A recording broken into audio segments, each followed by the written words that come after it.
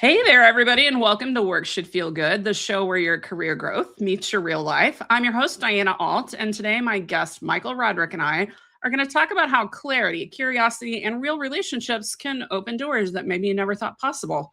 Michael has had a wild career. It's taken him from the classroom to being a Broadway producer, and today he helps entrepreneurs and executives communicate their ideas and build meaningful relationships. He's also the host of the Access to Anyone podcast, which I'm really excited about. I didn't even know he had that podcast when I invited him, but when I was researching the show today, I was like, wait a minute, I'm so smart for inviting Michael on the show. And I'm just so excited to have him here. I met him at a conference that's actually called the Unconference that our friend Vince Pugliese runs, and he's just the kind of person that y'all need to hear from so you can think a little bit more creatively about connecting with people. So anyway, Michael, all of that said, welcome to the party. How are you today? Yeah, I am fantastic. Thank you so much for having me. I'm excited to be here. Yeah, I'm excited to have you too, because I feel like we are in the age where connection is everything. So it's like, what is the antidote to this AI everywhere nonsense? It's a meme at this point. People are joking about M dashes, and all your assertions and observations have to be in lists of 3. Yeah. And all these things, which kills me because I'm like, that's a very valid way to write, but still, I love the podcast because it's the antidote for that, and all of your topics are the antidote for that. But here's what I need to know before we get into your career story and everything. You have a lot of stuff behind you. So y'all, I'll narrate it. I'll narrate it a little bit. Michael and I both have ridiculous backgrounds. Like mine has Bucky's stickers and like a postcard that's a sketch of Jesse Cole from the Savannah Bananas. You've got Captain America and Silver Surfer and Spider-Man. You are a Marvel guy. What made you a Marvel guy?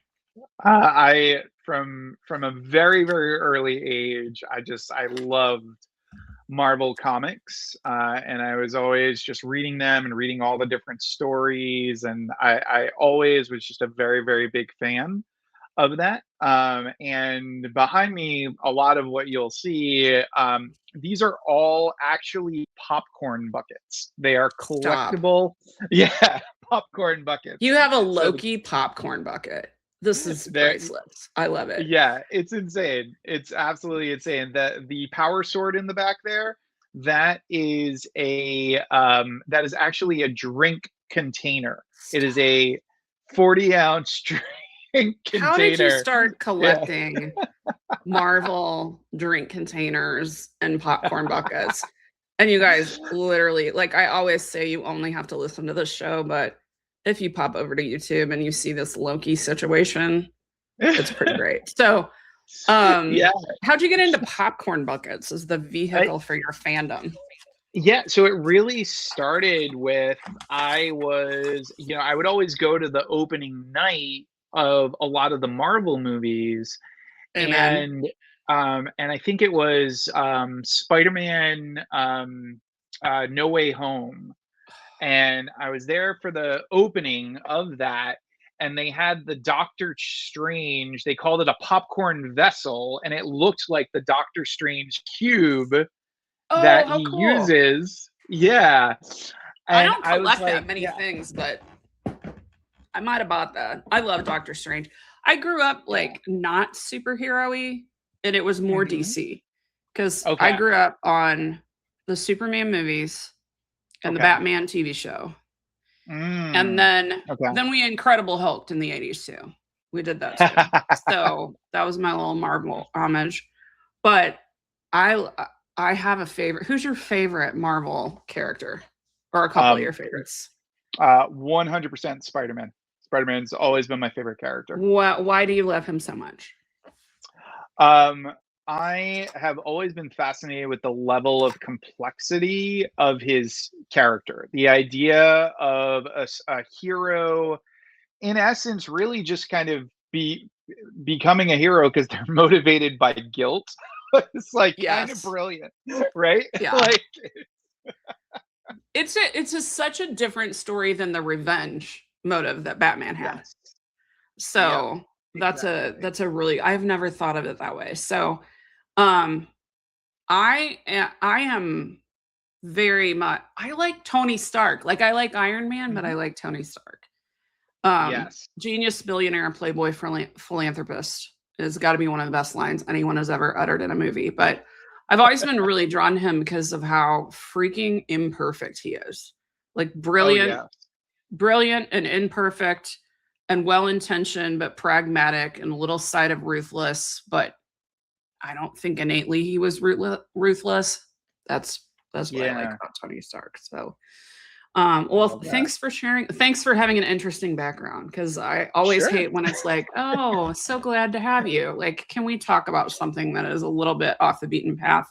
Because we're about to spend another 40, 50 minutes on actual stuff that can actually help your career. I don't know that Marvel will help your career. Although, before we go, my best Halloween costume that I ever wore Mhm. to work was Pepper Potts. Oh, nice. So I Nice. went to work. I found out I had not worked at a company for very long. I found out that they actually liked to do Halloween. I didn't have costumes laying around, didn't feel like buying one. So I did Pepper Potts. I can't remember which one it was, but she wore a black, like a really crisp white blazer and Yes. a black dress. And I took my work badge, which is just like the white badge, like there's nothing, not even a picture on it. And I got a Yeah. label maker and I wrote Virginia Potts on it. And the people that got it, and the people that didn't get it, didn't get it. So that was my I really love good. that.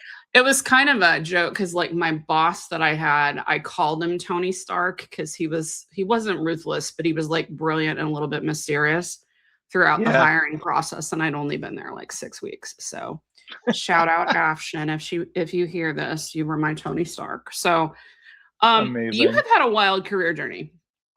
And Yes. I always I always love when I go and look at the backstory of people because we have all these weird ass ideas that you like. It's like we think we're still like, people have these weird ideas like we're still in the boomer or even silent generation age where you major in the thing and then you start in the mailroom of the thing and then you become like chief whatever officer over the Yep. years if you get there. And you, let's just say, did not do that. So No.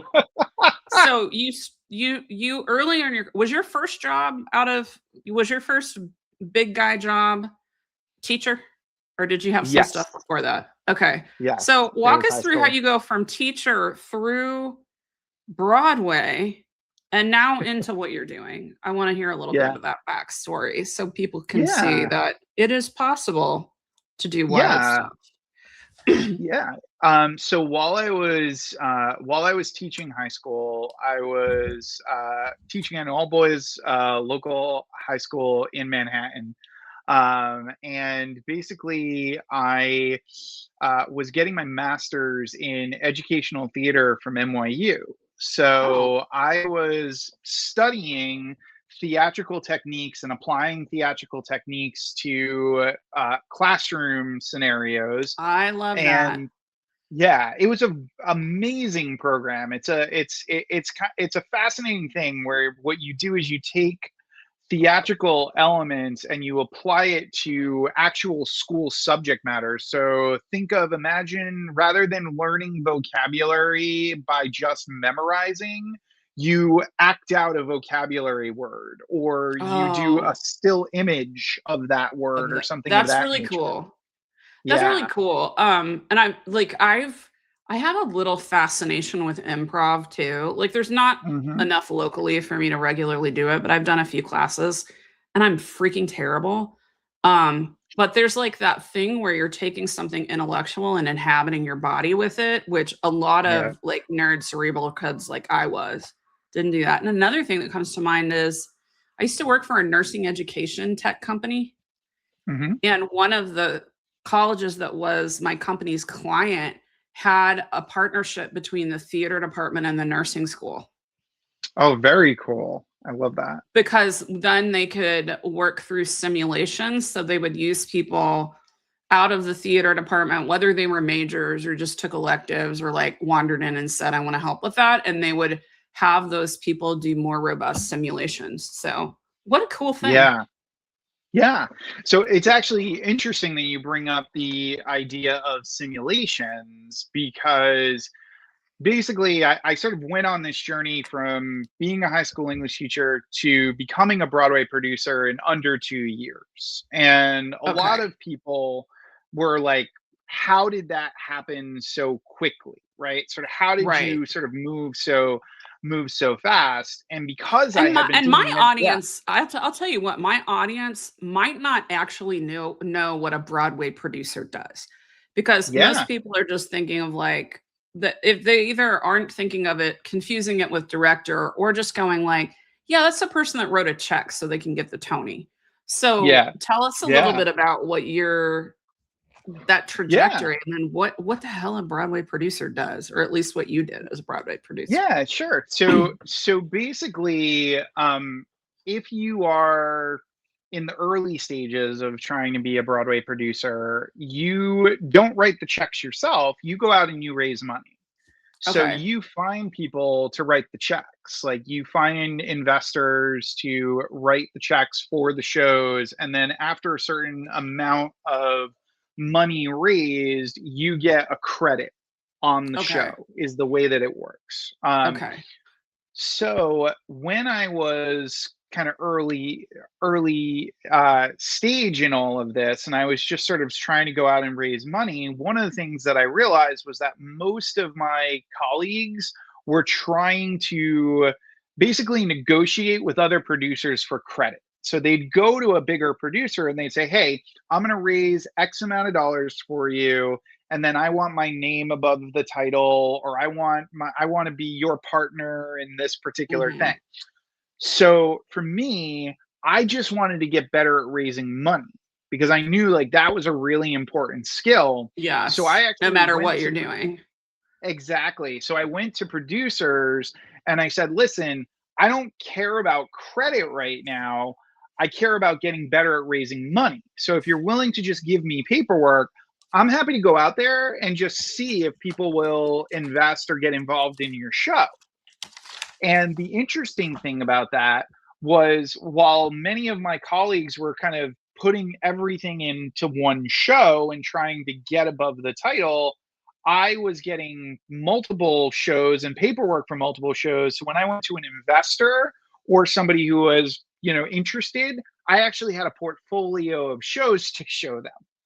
So Oh, it was nice. easier for me to raise money because if somebody didn't want one thing, there was usually a pretty good chance they wanted something else that was part Okay. of sort of that list. That is interesting. Uh, mind-boggling, and also makes a lot of sense. Like, who do you work is Mhm. that an independent job? Like, did you work for a production company? Like, what was that? Yeah, so the very earliest portion of it, I was an intern in Ken Davenport's office, and Ken Okay. Davenport's now a pretty well-known Broadway producer, but at the time, Ken was still an off-Broadway producer. And to just give a Okay. little bit of education around that, off Broadway is basically smaller houses and relatively smaller budgets. And Broadway theaters are physically on Broadway, like they're in the Broadway box. They're in a certain area of Manhattan and they have a certain size of seating to be I went there for qualified the as a first Broadway time theater. last I went there I went to Broadway last year. Like, I'm Yeah, picturing it. I hadn't been to New York since I was, like, 19 years old or something, and I finally went last year because Leslie nice. Odom Jr. Of Was course. at Hamilton. Did I buy tickets to see Chris Jackson in October too? Yes, I did.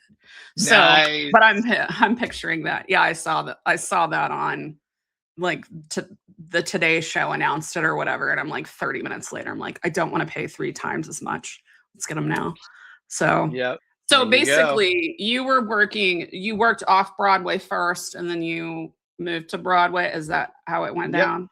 Yeah, Hmm, I raised money on an off-Broadway show, which basically kind of gives you the credibility, right? So mhm. people see that you're able to raise money, they see that your name is attached to that particular show, And once that happens, other Broadway producers will come to you and say, okay, I saw that you can raise money. Do you want to work on my show? Do you want to raise Nice. money for me? Got Now, it. the interesting thing about all of this is that what they say about Broadway is that you can't make a living, but you can make a killing. And the reason behind that is that if you are the lead producer on something, yes, you're part of the budget. You take an office, you take an office Mhm. fee, but everybody else below that lead producer is in essence a partner who is raising a certain amount of money. And the only way that they ever make any money is if the show recoups its investment. Right. And very few shows ever recoup. So there's lots of So you have instances to have a of, good yeah, picker.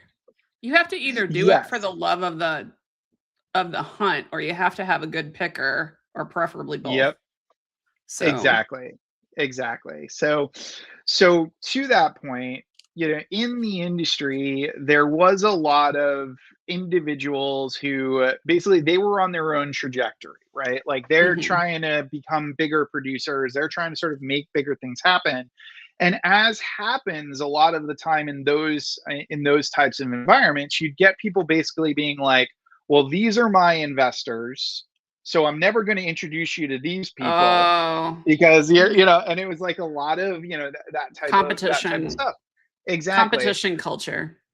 Yeah, but for me, I was basically like, if you want to know this producer, if you want to know this investor, I'm just going to make the intro between the two Okay. between the two of you because it helps the industry overall, and I don't really care. Like if I go further, great, but like it's not that big of a deal to, at least to me, to beat out this person, right? Or to, Well, and what's get so a higher interesting thing. about it is, like, I don't have, like, a lot of billionaires in my cell phone, but I do have some Mhm, people that are pretty damn well off. And the mhm. people with the deep pockets know each other. So it's kind Yep, of ridiculous to be down here trying to make it and gatekeeping these people that, fun fact, already know each other anyway. yep, So it's like, what do you yep, what you're just at that point, it's a dick measuring contest at that point of like, yeah, I'm the producer that can, ugh, gross. So, but yeah, yeah, collaboration over competition, you just decided it didn't matter. So we're gonna yeah, get into connecting with people a lot because I'm kind of yeah, obsessed just with the name of the podcast, and we're gonna get into that sure, later. But yeah, what did you do after your experience as a Broadway producer? How long did you do that? yeah, And then um, how did that yeah, trail into where you're at now? yeah. So I was really in the game, I'd say between probably like 2008 to 2012, somewhere around there. And I was raising on various projects and introducing people from the industry. I was spending a lot of time sort of connecting people Mhm. within the industry. And when I had so many people ask me about how I had sort of moved so quickly, because I was getting my master's in educational theater, one of the things that we had learned about was the power of simulation. So now, if people act out scenarios, a Got lot of it. the time they'll do almost exactly what they would do in real life. So I started hosting workshops where I would simulate networking experiences. So I'd actually have people act out things like one-on-one meetings, job interviews, Oh, yeah. cocktail parties. And I noticed a lot of patterns in terms of how those people interacted. And from those patterns, I built a bunch of relationship building frameworks and I started to teach those. And when I Okay. would teach them and like teach these ideas, I would have people who could kind of just skip the line in their, in their careers. And Yeah. it was a thing that started kind of coming up over and over again. And eventually it kind of got to the point where I would have people say like, you taught me something and I remember it, even though you taught me it like 3 years ago. How do you do that? Like, how do you package How things do in you that make it way? memorable? Mm. Exactly. And Okay. that's what led down sort of the rabbit hole of, okay, well, let me actually study referability the same way I had studied networking and really start to think about this even more in the idea of sort of how do ideas Okay. get packaged and positioned. Referability. That is Yeah. such an important, like another pin. I'm writing that down on my little piece of paper because this is a lot of the people, a decent part of my business is actually helping people with job searches. So like I want work to feel good. So it's like find, grow, develop in work that feels good. Even if that's I'm chucking corporate and I'm going to go start my own business. Like I work some with people that are doing that. And referrals come up all the time and people do not understand them whatsoever. Yeah. So I talk about them a little bit differently than some people do, but very cool. So does that take us all the way to now? Is that what you're spending most of your time on, or is Yeah, I'd helping say, I mean, people understand how to connect with each other and become referable? so the interesting thing is, these days, a lot of the work that I end up doing, it's kind of evolved. So these days, a lot of the work I end up doing is with subject matter experts, people who get paid for their brains, Okay. and for them, this packaging and positioning piece Oh, it's is everything. really, really important. And very often what's happening, at least for the experts, is that they're attracting what I call the aspirational audience. So people who can't really afford them, people who kind of want them to do everything for them. And a lot of the time, the reason for that is that they're not solving a success problem, they're solving a survival problem. And a lot of their Mm, messaging and their language is geared towards that survival problem. So there's this whole other market. There's all these people who really would respect this person's brain and pay for their expertise if it was just packaged differently, and if the problem that they were talking about and solving was one of those success problems. So that's a lot more of okay. the work I We're do just these gonna go days. there. Because Yeah. we've taken you through, and this is really important. So to give you context of I actually just did a talk about the need to create advocates at a conference like a month Hmm. ago. Because in my especially when I'm working with people in corporate that are trying to network, especially if they are in a job search, what ends up Yep. happening is everybody talks about referrals. And to the Yes. point, like the ridiculousness is such that I was in tech for many years. Product management is one of the lanes that I was in, which is like one of Mm, the messiest at the center kind of roles you can have because you touch yeah. marketing and legal and finance and engineering and all the things. But I'm in a group called Women in Product, which it's on Facebook. I love this group. There's a lot of great discussion about how to grow your career, how to optimize your job search. But you know how Facebook groups can have you can post anonymously if the admin lets you do that? Yeah. People Yeah. will literally go into that Facebook group, which has like 37,000 people or something ridiculous, post anonymously and say, I want to apply for this principal product manager job at Stripe. Who wants to refer me? And it's like, bro, I don't know who you are. Like, why am I going to give you relational capital? Which is, Yeah. there's so much that's exactly the opposite. And so I came up with a frame. I'm still working out the framework actually. Yeah. Um, but basically, to me, it is clarity and care because it's Hmm. not just enough to be connected anymore. This is where I'm playing with my framework. But it's like, if Yeah. you are clear that and you can make people feel like you care about them instead of Hmm. you're just a connection on LinkedIn or whatever, Hmm. then you can more quickly build advocates. And so if you are Mm, low on both of those matrices, you're invisible. If you're clear, but nobody feels like you care about them, you're basically annoying. If you are not clear, but people feel like you care about them, you're confusing. And then mm. if you're high on both, you're the obvious choice for whatever the hell it is that you're trying to do. So that's my little Yeah. model I've No, been I playing love with that. for a little while. Yeah. Yeah. Yeah. No, I really love that. And I think that, what I'll sort of add to that is I often say that ambiguity is kryptonite to a connector. Oh my So God. if somebody's Yes. really good at connecting, right, and supporting you, their brain is really focused around specificity. Yes. And I've had conversations with folks where they're like, "Oh, well, I want to talk to anyone who does this or anybody who's ever done that." And I always tell them, "I don't know anybody's. I only know somebody's. You have Yes. to give me a hyper specific example, That's otherwise I'm going to have trouble." I love that because the like job search equivalent when you hear people that are like, I'll take anything, which I feel bad. Yep. Like when you feel like you're on the ropes and you're like, am I going to be able to keep eating and living indoors? Like that is a real thing. But like I've never yet Yeah. seen a job posting that had the title as anything. So Yeah. you're talking about the people equivalent of that. And the Yeah. specificity is so interesting because I know that, I mean, we know some people that are amazing connectors. Like Yeah. Vince is wonderful. You have Yep. figured out, do you have a book? I am working on one. Okay, well, you'll have to come back whenever you get the book done. But Thank you.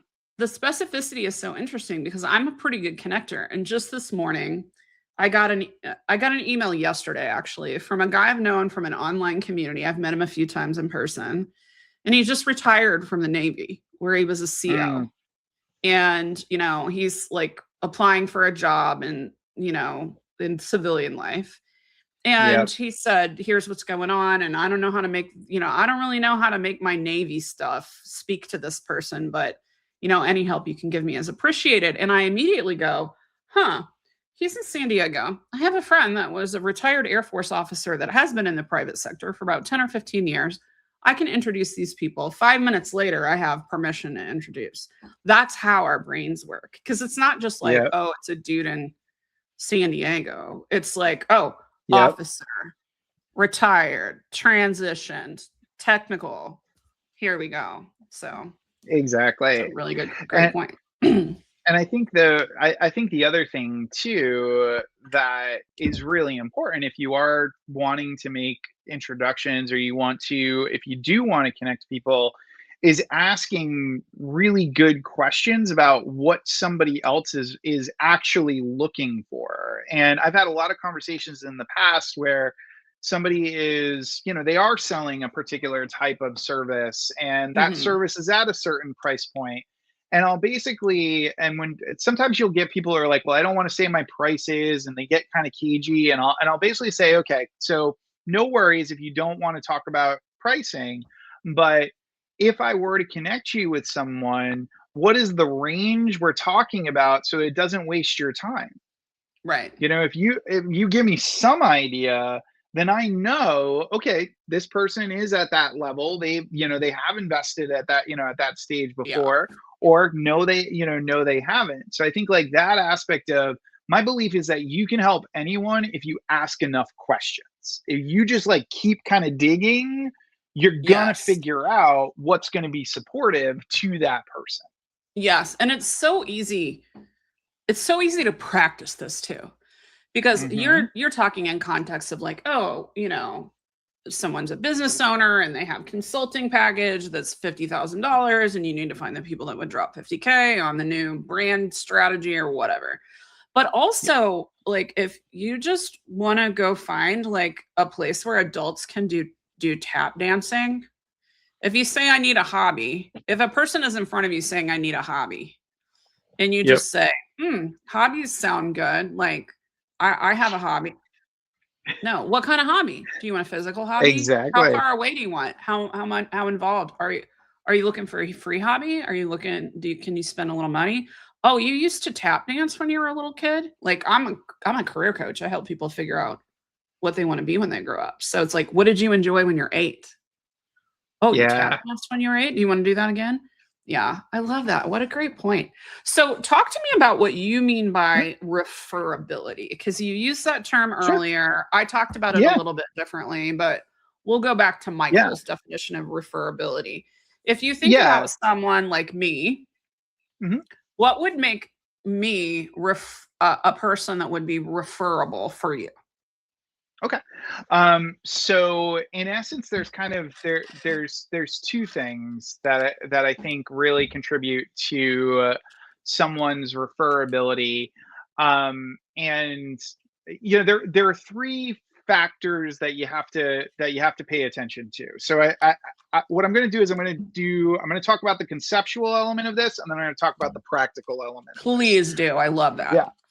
So the conceptual element of this is what I like to refer to as AIM: accessibility, influence, and memory. Those three things. Influence. Okay. I don't know what I heard. And memory. I don't know what I thought you said, but accessibility, influence, and what did you say to M? Memory. Memory. Yes. How funny is that? What was Right? the M? I really did forget what he said. That was not performance art, guys. That was not a bit. That was not a bit. I can do a bit with the best of them, but that was not a bit. Yeah. So. I love that. So your first hurdle is always accessibility. If you want to be referable, basically people need to feel like they understand what you're talking about. If anybody ever feels stupid, they're not going to, they're going to shut down. Don't make people feel dumb, guys. Do not make people feel dumb. They're going to shut down. So a lot of the time what we need to do is we need to think about, okay, what is the thing that like most people already get, and make sure that we hook whatever our innovation is, whatever our new idea is, onto that thing. And the metaphor I often use around this is in the theater world. If we think about the theater world, there's the aspect of, if you're a scrappy small theater and you have a very experimental play in your season and you want to be able to fund that experimental play, a lot of the time what you do is you do Oklahoma, because everybody knows Oklahoma. You'll get all the old folks in to buy it, right? Like, it always will land because everybody already gets it. And then once they're into your season, there are a lot of people who are like, oh, well, yeah, I'd experiment with, your new kind of, I'll go see this, whatever it is, every brilliant thing that nobody understands, but we've all seen the clips of Daniel Radcliffe and Mariska Hargitay, and you're like, I like them. I don't know what this play is, but I'll go. I'll do that. Yeah, exactly. Very cool. So yeah, so we always need to start with, like, am I making sure that whatever I'm starting with is accessible? Like, people can already get it. They can already understand it.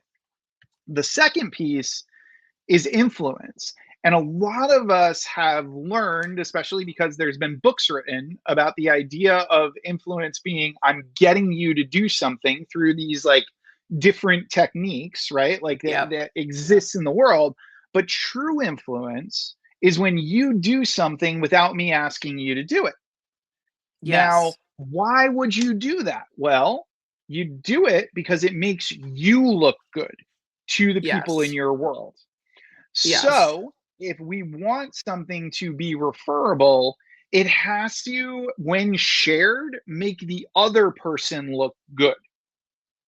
That is so huge. And I talk to people a lot about impressions that they give. I just had a conversation with a client who has like a really good full-time job. She just landed. She really likes it. She wants to do it for the foreseeable future, but she also wants to start kind of like a creative brand on the side that's about helping people live their best life. We'll just leave it at that. I mean, there's more to it, and we were talking about social media, and she's nervous to be on social media because, like, us I don't know how old you are, but I'm a Gen Xer, and it took me I'm a Gen X, yeah. Okay, yeah.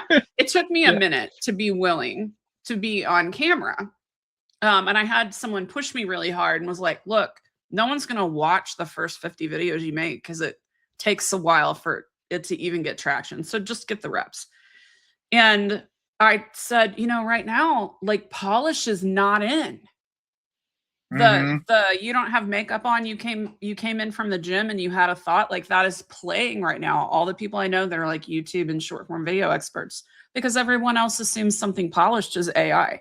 So just do it. Just get some reps. So exactly. And when you do that, you can take the people that feel like, well, I also just came in from the gym and I also don't feel so great because I worked 9 hours today. but I can meditate for 20 minutes and calm myself or whatever it is that you're trying to influence people to do. What a great, Yeah. brilliant example. So Thank you. I also Yeah. think of, okay, I'm not a Swiftie, but I am a Kansas City Chiefs fan. So I'm like a Swiftie in law. And no, like Taylor Swift never got up and said, everybody needs to bring friendship bracelets to my concerts. Like she didn't do that. People just started doing it because it seemed cool. So that's another example of what you're talking about, right? Yeah, exactly. It's how you look to other people, right? And it's like, think about if you recommend a TED Talk and people find that TED Talk really useful or really helpful to them, they remember you as the person who introduced them Connected to that them. TED Talk, right? So basically And just being a good curator of people, books, information, whatever. It doesn't mean that you have to have a PhD in whatever, but you have to have enough exactly, interest to know what's good and then a willingness to be generous and connect. Okay, cool. exactly. And so Let's talk memory. Yeah. So the tricky part is that most of the time we could have the best thing in the world, but if it's hard for somebody to actually remember it, then they are significantly less likely to share it, even if our thing is better. They'll always share the thing that's easier to remember. Yeah. And the way that I like to think about this is if you want people to remember more, you focus on less. And that's language, emotion, simplicity, and structure. So I'll start with language. If you have your own name for something, it basically carves a piece of mental real estate in somebody's brain. So if I say venti, there's kind of no question of which You're at brand, Starbucks. right, I'm talking about. When we have our own names for things or we use our own terms, what happens is that now sticks in somebody's memory, right? So that's the language piece. The second piece of it is emotion. When we are emotionally aroused, and it doesn't matter whether we're sad, happy, laughing hysterically, whatever it is, if we are feeling something emotionally, our brains become kind of like a sponge and we remember more details. And very, very including when you're often, mad. Even mad. Because sometimes the way, like we all know that the controversial creators that are in our feeds or popping up on our YouTubes, where it's like, I'm kind of pissed off after watching this person's stuff, but I'm not pissed off at him or her. I'm pissed off at the topic, and now I remember. Okay, cool. So exactly. emotion. So that emotional piece is another memory element, but the S, the first S is for simplicity, where our brains can only process so much information at one particular point in time. So if we don't give somebody something that's easy to carry, we say there's 14 steps, nobody remembers the 14 steps, but we say there's 3 steps, and for the most part, most people are going to remember the 3 steps, right? Yeah. And then the final piece is structure, because our brains need order in order to process information. So if we give somebody a structure, if we say this comes first, this comes second, this comes third, or we give them some way of putting the content into a box, if you will, people are far more likely to translate that and share it in much the same way that we just kind of went through this. And what you have to remember is aim, and then accessibility, influence, and memory. And if you struggle with all the pieces of memory, you have the structure of less to remember: language, emotion, simplicity, and structure if you need it. You just gave a master class in simple communication that like simple, clear communication that you can hang on to. Because I think a lot of times I work with a lot of people that, I mean, they got master's degrees in engineering and computer science or like an MBA from Columbia, just brain power galore. And the thing that I latched onto, I don't know the first person that I heard say it. I wish I did so I could credit them, but I say it all the time. Clarity beats cleverness every single time. Yep. Clarity beats 100%. cleverness every single time. And so many of us were raised, like, especially people that were constantly complimented when they were younger for being smart. This was Yes. me. We start to put our personal value on being smart instead of just realizing like we have value as humans, as blank slates. But then we try to be clever. We think we're Hermione Granger. We think it's Leviosa, not Leviosa. And we have to tell people that all the time. Yes, I'm a Harry Potter fan too. And the message gets lost in things. So I love talking to people about what do you want someone to say when you're not in the room. And to me, that's one of the most clarifying questions, because no one gives you a paragraph when you ask them that question. But if you ask them what they're great at or what they do or whatever, they'll be like, well, I was born on a farm in the Midwest. No, I don't. Like, great for you.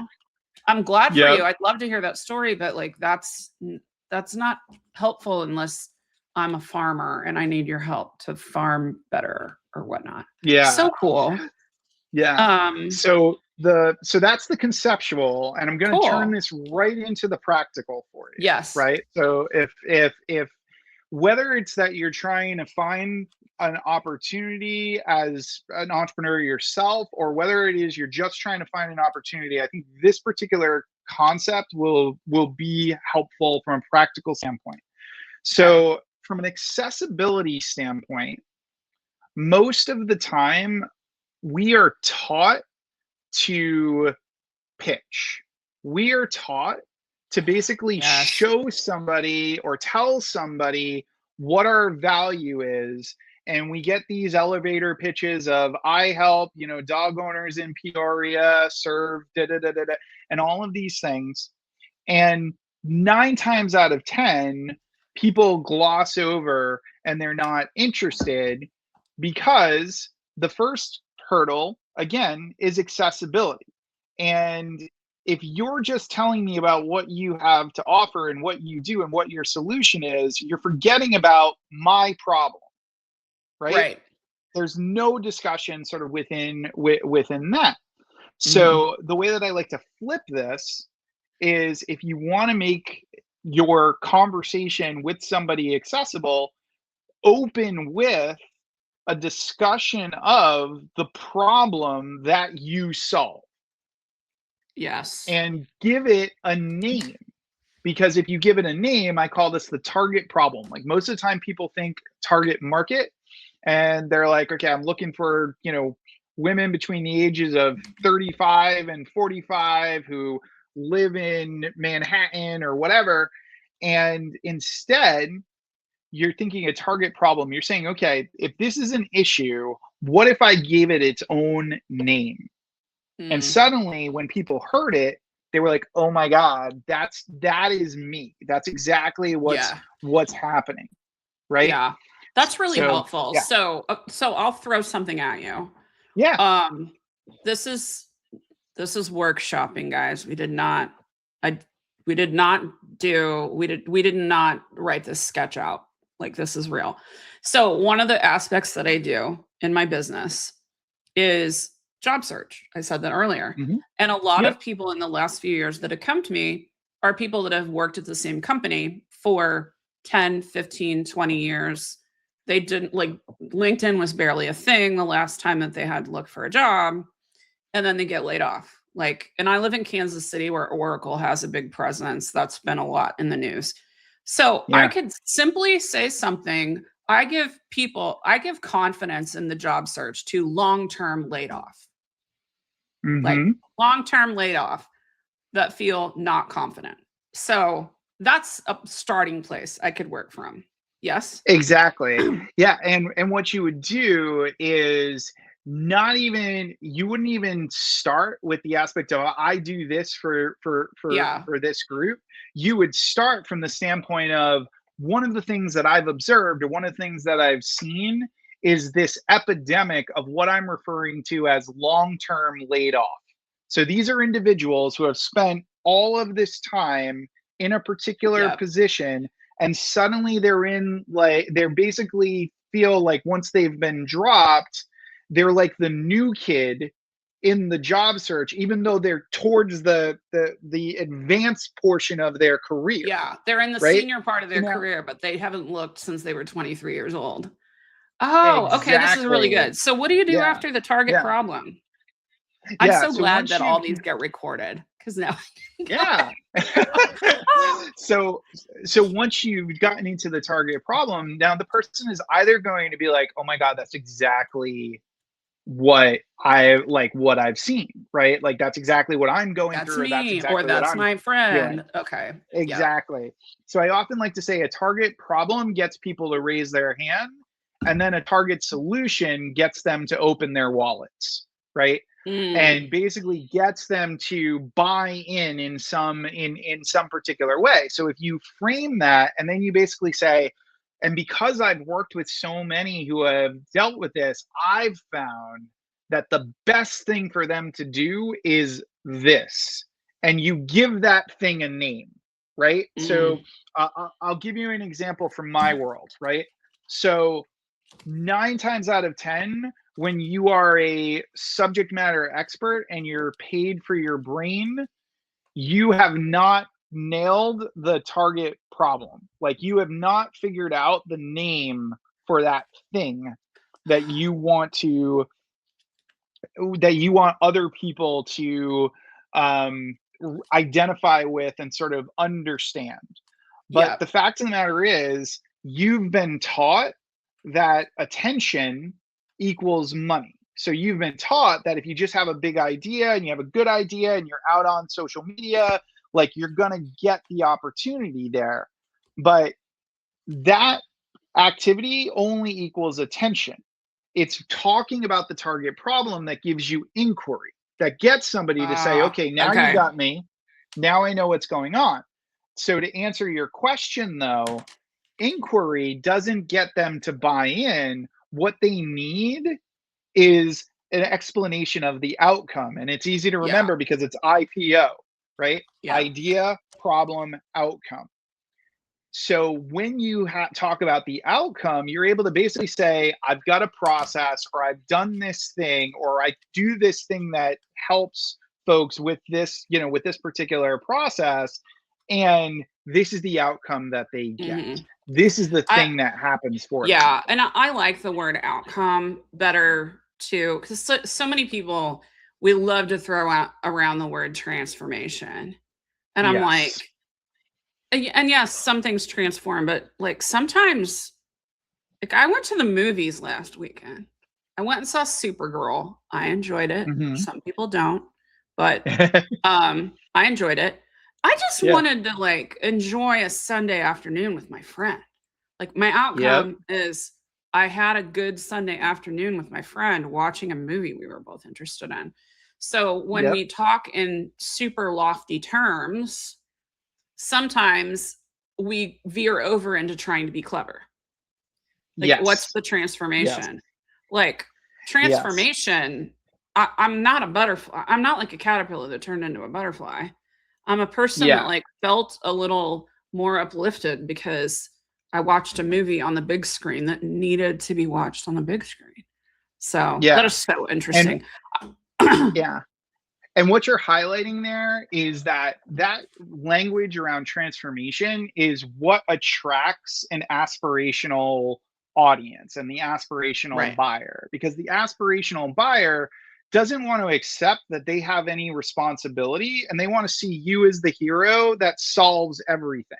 So when you Yes. use transformation and you say, I'm going to transform you, that person is basically putting all the weight on you to do everything for them. Whereas if you say the outcome is this, but you got to put in work to have the Yeah. outcome, it's a One of the completely things I different say a thing. lot is I'm not an accountability coach. That's just not Yes. that's not my style. There are people that do that very well. Yep. And if that's what somebody wants, that's fine. But anytime I find myself working with someone who, despite all the questions I might have asked in a sales cycle, really needs like the kick in the ass. It stresses me out. Like I don't want to do that. I Yeah. want people that want it enough that they're gonna do the work, and of course ask me questions, but I'm better. Yeah. Like discernment is one of my top gifts. So are you Yeah. familiar with working genius? I feel like I've heard that term Patrick before. Lencioni developed that about 6 or 8 years ago. It's really good. Mm, I've been nerding out over it lately because I love a good yeah. personality test. But like basically asking the right questions, identifying the problem, discerning like what to tackle next is my gift. But trying to go after people to be like, no, really, you should apply for 5 jobs this week. No, really, you should. I don't want to have to hold that in my head because that's Yeah. not the right thing. So, well, thank you for running through those Yeah. frameworks. They're so good. I want to make sure Thanks. that we get into the framework that actually made me want to have you on the show though. And that Sure. is because uh, I when we were at the unconference, I must have heard 6 or 8 people say, "You've got to hear." I mean, I heard Michael talk about this, and I don't know. I don't remember if you led like a little table talk or if you just were talking to people about this or what. But they're like, Yeah. this whole scientist, celebrity, magician thing. What is this Yes. for? What are these? Talk us through what those are and like how we can identify which we are and should we Yeah. be all 3 at sometimes? Like give it to me because Yeah. I missed all of it in February. Yeah. So basically this is the triple threat, right? And in the theater world, there's the idea of the triple threat being you're an actor, singer, and a dancer. But what a lot of Yeah. people don't know, unless you've been in the industry, is that the order of those things is actually incredibly important to your success. Okay. So if you are an actor, singer, dancer in that order, that means acting is your top talent. As a singer, you're strong, but not as strong as an actor. And as a dancer, you can move. You can do pretty well, but you're not going out for 42nd Street anytime soon, Mm, right? So what actors will do with their triple threats will be that if let's say acting is at the top, you're focusing on film and TV, you're focusing on straight plays, you're focusing on musicals with a really good book, because those are the things that are going to show off your acting talent and get you the traction in your career. okay. So now that's our accessibility piece, right? Yep. Right, that's the thing. um, so my concept is a triple threat of thinking talents, Okay. and that is the scientist, the celebrity, and the magician. So if scientist is your top thinking talent, if it's the one that's on the top for you, you're a highly analytical thinker. You love breaking things down. You love doing research. You can spend days just digging into a lot of topics, but you may not be nearly as excited about being outside of the lab. Like you may actually really Yeah. enjoy more of like, I want to get into the nitty gritty versus being out front. Right. Whereas if They're the people that are celebrity, like, yeah, I supported the research on the second name on the paper, and thank God no one's asking me to keynote. Right? yes, exactly, Okay. exactly. If celebrity is your top talent, you're highly relational, you love connecting with people, you may also enjoy sort of being out front and being that sort of center of attention, but you may not have nearly as much enjoyment in the science of it all and all of the nitty-gritty and the details. You're really much more like, I want to hang out with people. I want to do more of the relational stuff, and you're not spending a lot of time being as excited, right, Okay. about the science of it all.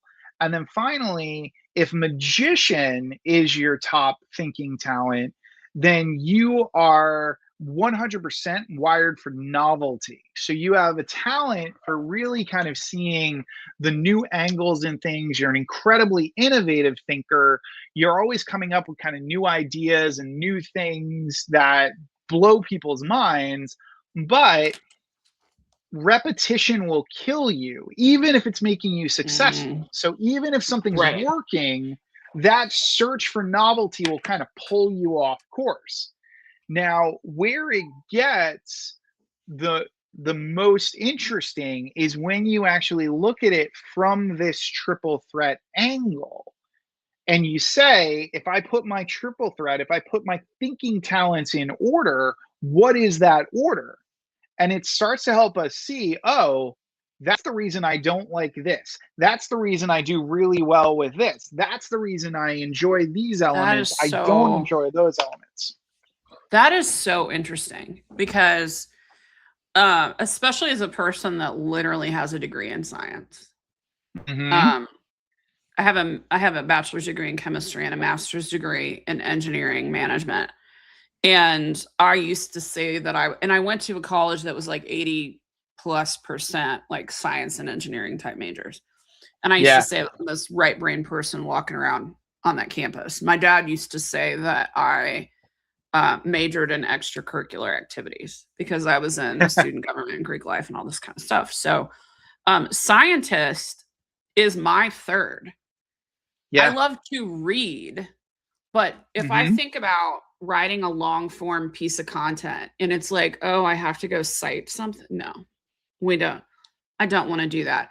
If something comes across my desk and I'm like, oh, I need to do a reaction to that article from Harvard Business Review or BuzzFeed or wherever we're going to react, I can do that.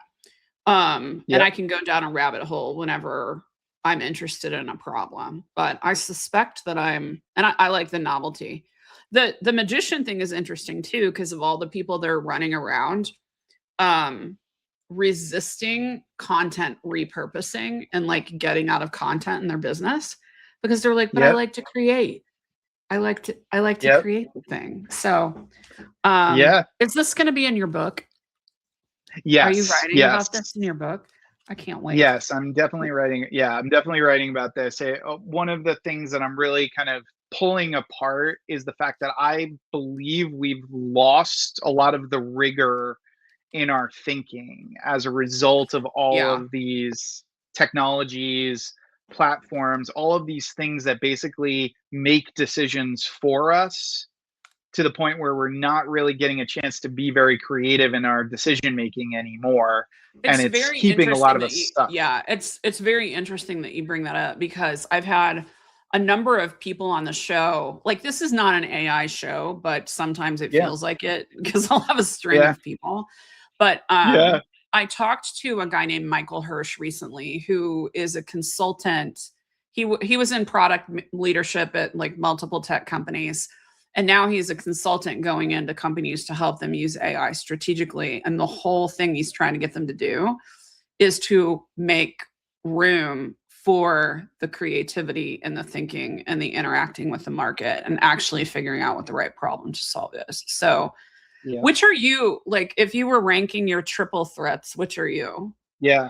So I am magician, celebrity, scientist in that order.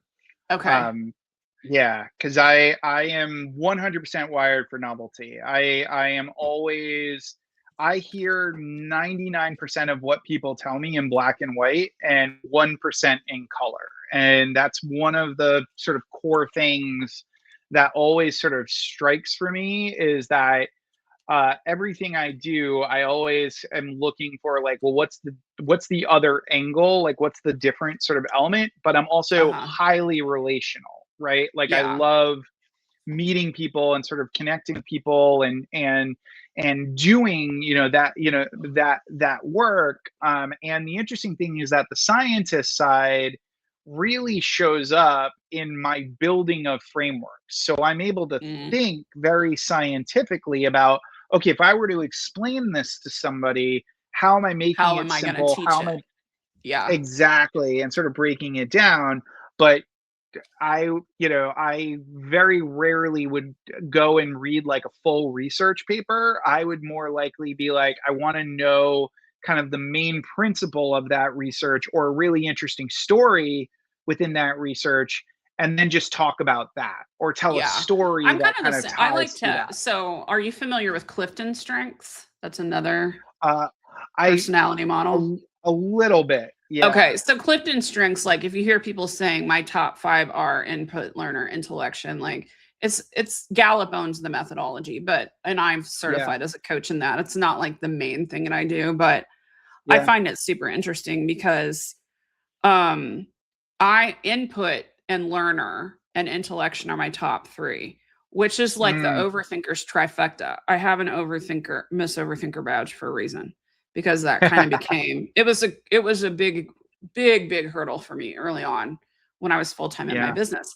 But I'm the person that will read the stuff and just kind of like absorb it.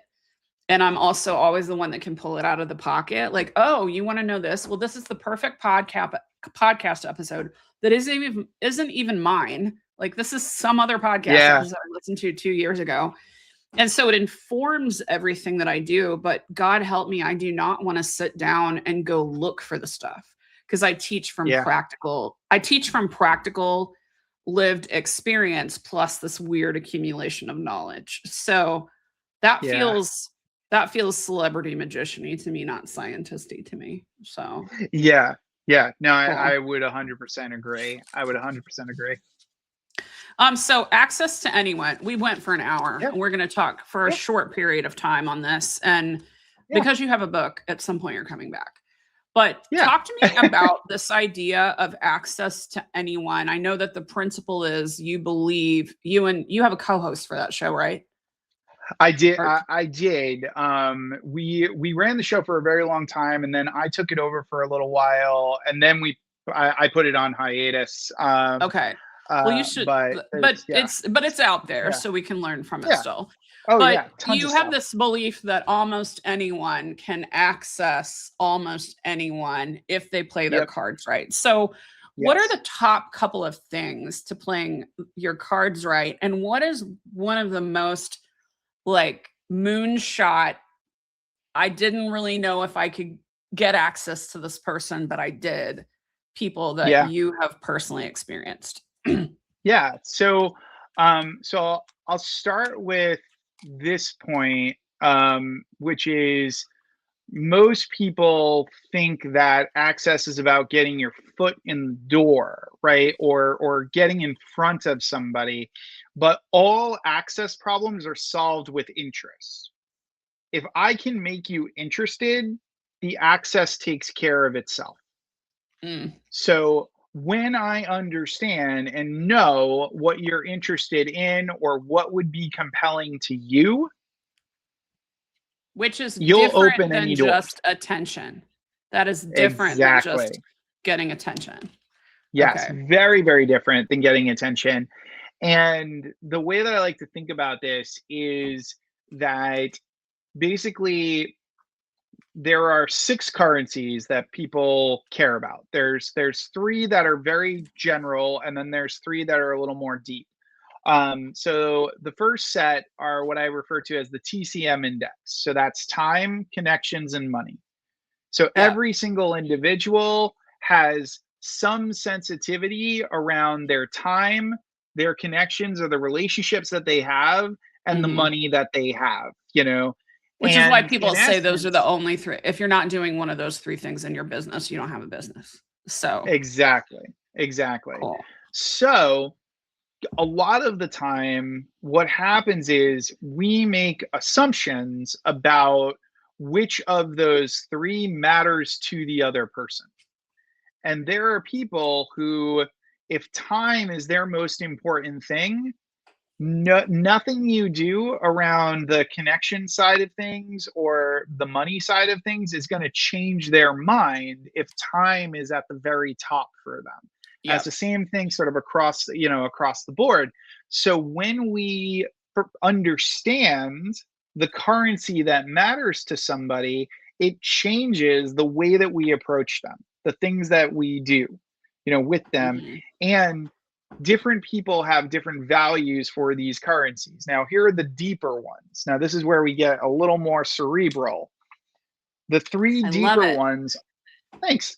The 3 deeper ones are right. Exactly. Like, get the rigor, right? Like, I could not hang out with anybody and be fine some days because I like to think about stuff. So what are the 3 deeper ones? So the 3 deeper ones are mindset, approach, and positioning. Okay. And when we deal with mindset, in many cases, what we're talking about is beliefs. And if somebody can kind Okay. of change our beliefs around something, for many of us, that's actually a very valuable currency. If somebody ever got you to change a belief, change a way that you saw something in your life, it may have been the most valuable thing to you during that time and Hmm. in your, in your life. So it in it of itself is a currency. But approach is also a currency, because if we have been banging our heads against the wall doing something over and over and over again the same way, and somebody comes and introduces to us a new way of doing things, a new approach, that could end up being the most valuable thing in our lives. Like that could end up being the game changer. That could shift everything. And if you were to say, okay, which currency would I trade to have that understanding, to understand that approach, right? You may give a lot of money for that. You may Yes. give a bunch of time, right? Sort Yes. of to that. So then the final piece is positioning, and positioning is how we are perceived by others, how Okay. they see us. So that in of itself is also a currency. So if I, because I've been a Broadway producer, there are certain individuals who want an intro to me more because of the fact that I've been a Broadway Yes. producer. That matters to them more. That positioning is really important. Whereas there are other people that positioning does not matter at all. There are people who the positioning of the fact that I was a high school English teacher is actually more compelling and more interesting to them, right? Right. So we all have these different currencies that we basically, the way I like to think about it is, we have a currency that we chase and we have a currency that chases us, right? We have Yes. a currency that's a problem for us a lot of the time that we just can't quite nail. And then we always have one that's like easy for us, right? Where it's like, Yeah. I just have a ton of this. Like it's just kind of perfect. And the way that I like to think about it is that if you think about it in that same sort of triple threat order, a lot of the time, whatever lands on the bottom for you that you're chasing, the answer to it is always in the other two things. That's a So if really you are, interesting yeah, point. I love yeah, that. And also like I'm sitting here thinking about what I do because most people think of, especially when we think of like the job search side of my business, they think it's mm-hmm, about money, yep, which I mean it's not about money. If people need a job to eat and live indoors. But for yeah, everybody's at a different financial place and I work mostly with millennials and Gen X. So yeah, a lot of those people have more leeway financially than people earlier in their career. Not everybody, but some. yep, But what I realized is the degree to which my value is in working on the deeper ones. yeah, That's how yep, that's kind of how I'm differentiating myself. This is so cool. I feel like I yeah. just like had a podcast, but I got coached by Michael for an hour, which I'm not mad about. So before we go, I'll have Yeah. one question I ask everybody, but I want to Sure. hear who is the most like wild. I did not really think I was going to be able to connect with this person, but I connected and had access Yeah. to this person. So it was years and years ago, and I didn't expect this to happen at all. But I read Purple Cow, and I Okay. used to teach Purple Cow to my students, and I ended up just emailing Seth Godin, and he Who got emails right, back? yeah, he got right back, and I was like, Yeah. that's just crazy, right? And then as time progressed, I actually ended up meeting so many different friends of his and people that that he knew through these different sort of circles, that I actually got a chance at one point to go and hang out at his office for an afternoon, How cool. in the early days of I think it was the Domino Project, which was very, very fun. Yeah, I found him a little later, but my favorite book the last few years has been Song of Significance. And there's Mm-hmm. one line in that that's been a game changer. Like it's been a mindset unlock for several of my executive coaching clients because they're like, wait, Yeah, what? You know, love so that. I'll spoiler alert you on that one later. But my last question before we Nice. close is what is Yeah. the worst piece of career advice you've ever received, Michael? um, it's going to be very counterintuitive. Um, I can't it's wait to hear it. it's open conversation with how can I help you? And I will tell you, I will It's tell the worst advice is to open the conversation with how can I help you? Say more. yes. We need to Okay. unpack this because that So, is counterintuitive for a lot of people. right? It's incredibly counterintuitive. So, if I open a conversation with how can I help you? I don't know you yet. I've already assumed that You you need help. need me and that you need help. So I've insulted you in the initial interaction that we have, right?